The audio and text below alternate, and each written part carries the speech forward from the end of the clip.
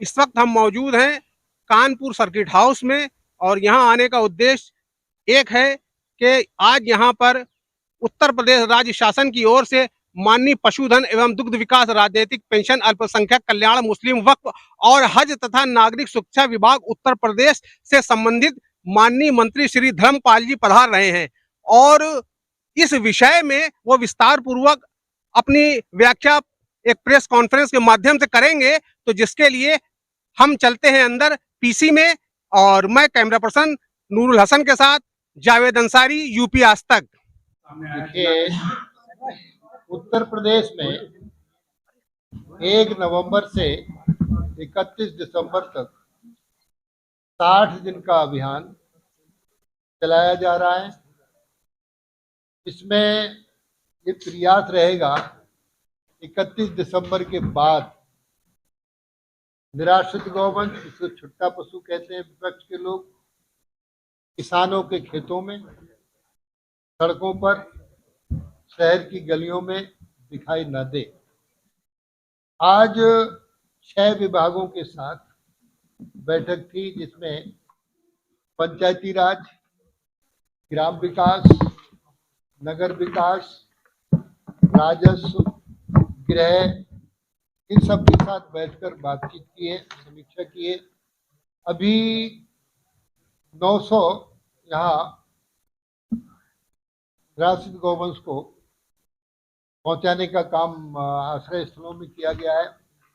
टीमें तहसील स्तर पर बना दी गई हैं और ब्लॉक स्तर पर भी बन गई हैं, गांव स्तर पर भी बन गई।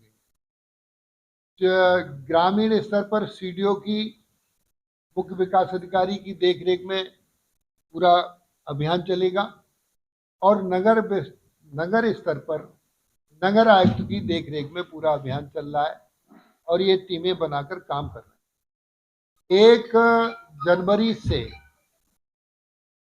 कोई भी गौवंश, निराश्रित गौवंश किसानों के खेतों में, सड़कों पर या गलियों में दिखाई देगा तो उसे काजी हाउस पहुंचाने का काम किया जाएगा। काजी हाउस में उसने जितने दिन भी वो रखा जाएगा, क्योंकि हमने पशु गणना करा दी, हर एक पशु के कान में एयर टैग लगा, फिर वो एयर टैग भी कोई निकाल देगा तो उसकी जानकारी गांव स्तर पर ग्राम पंचायत अधिकारी, ग्राम प्रधान, गांव के लेखपाल, गांव के चौकीदार से की जाएगी। शहर स्तर पर इसी तरीके से वार्ड वगैरह से की जाएगी। फिर उस गाय ने जितना किसान के या किसी और के जितना नुकसान किया है तो वो नुकसान की भरपाई उसी पशुपालक से की जाएगी और उससे जुर्माना भी उस पर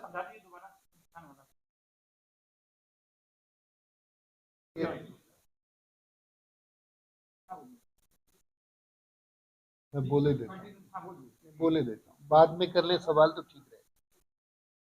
निराश्रित गौवंश आश्रय स्थल पर पहुंचाने के बाद, इस अभियान के बाद 31 दिसंबर के 1 जनवरी 2024 से हमारा प्रयास होगा कि कोई भी निराश्रित गौवंश किसानों के खेतों में, सड़कों पर, शहर की गलियों में दिखाई न दे और यदि दिखाई देगा तो उसको सीधे काजी हाउस में पहुंचाने का काम होगा। क्योंकि हमने प्रदेश में पशु गणना करा दी, एयर टैग उसके कान में है, यदि इसको भी निकाल देगा तो उसकी पहचान के लिए गांव के चौकीदार, लेखपाल, ग्राम विकास अधिकारी, प्रधान से जानकारी करके और नगर स्तर पर भी इसी तरीके से जानकारी करके जितना उनके पशु ने नुकसान किया है उसकी भरपाई उसी से की जाएगी और फिर हो सकता है नहीं सुधार हो तो पशु क्रूरता अधिनियम में कार्रवाई भी की जाए। ये हमारा प्रयास है। बैठक में कानपुर की जो स्थिति थी, जैसे इन्होंने बताया 900 में भेज दिए, हम मतलब कितना तैयार हैं अभियान के बाद? हाँ, अभी कानपुर में लगातार मौतें हो रही, आवारा जानवरों से अभियान गिराने, पटकने से, चाहे गांव हो चाहे शहर हो, तो कानपुर कहाँ खड़ा में समीक्षा करी, तो आपने क्या पाया? ऐसा है, अभी बहुत सुधार की आवश्यकता है, आपकी बात में दम है, और आगे भी सुधार करने के कड़ाई से निर्देशित कर दिया गया है।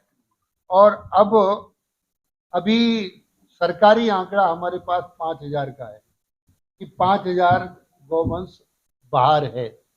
ये ज्यादा हो सकता है, ये ज्यादा हो सकता है, लेकिन हमने ये निर्देशित किया है, माननीय मुख्यमंत्री जी के स्पष्ट आदेश हैं कि कोई भी निराश्रित गौवंश जितना भी है कानपुर नगर में, कानपुर देहात में, सभी को आश्रय स्थल पर पहुंचाएंगे, गौशालाओं में, और टेम्परेरी गौशालाएं बनाने के लिए निर्देशित कर दिया गया है।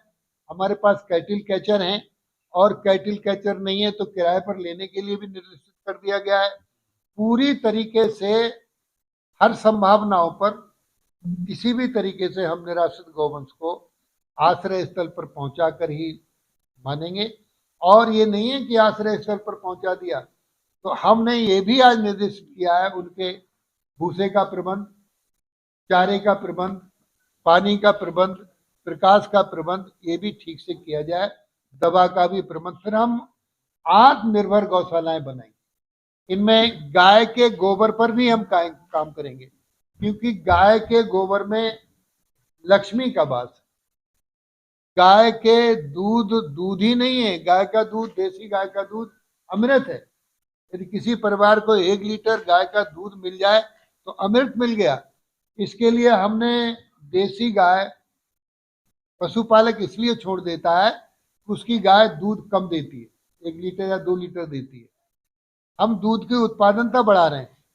हम साहिवाल गाय, गिरी गाय, थारपारकर गाय, हरियाणवी गाय, गंगा तीरी गाय, इनका सीमन पशुपालक को फ्री दे रहे हैं। इनसे जो बछिया पैदा होगी वो 10 लीटर और 12 लीटर दूध देगी। हम सैक सीमन की भी कीमत माननीय मुख्यमंत्री जी ने कम कर दी है।